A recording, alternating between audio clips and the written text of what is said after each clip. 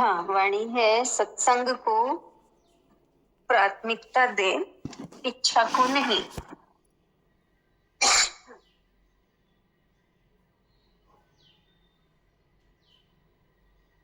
तो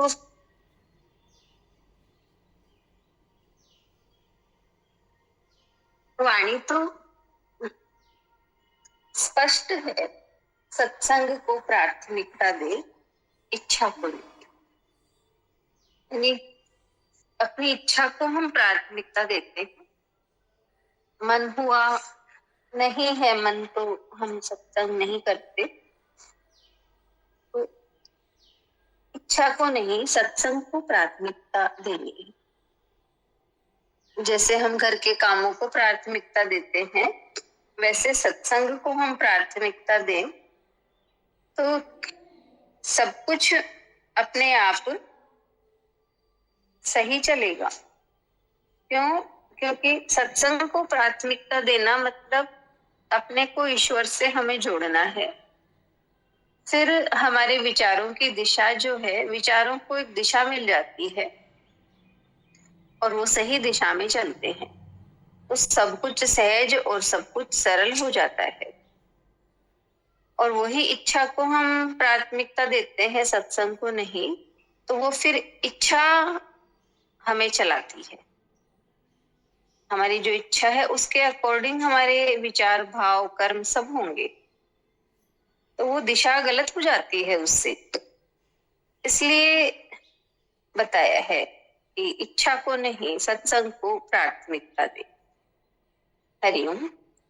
और दूसरी है,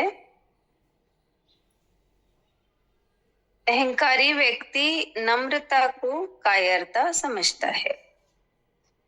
यानी झुकने को या सरलता को वो कायरता समझता है। यानी किसी की आगे किसी की बात मानना नहीं, या कोई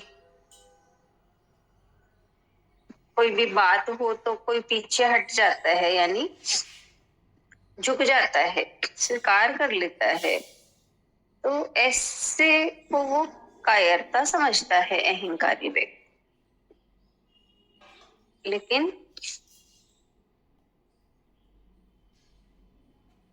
जो नम्र रहता है, झुका हुआ रहता है, वास्तव में वो ही वीर है।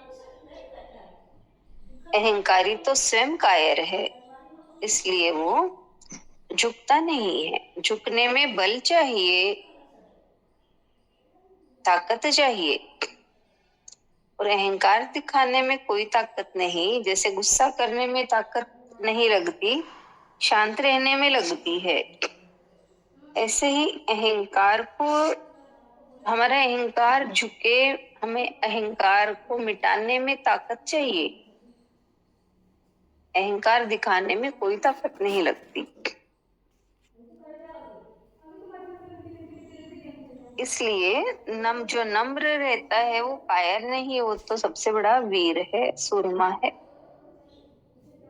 और अहंकारी सबसे बड़ा कायर। हरिओम। बहुत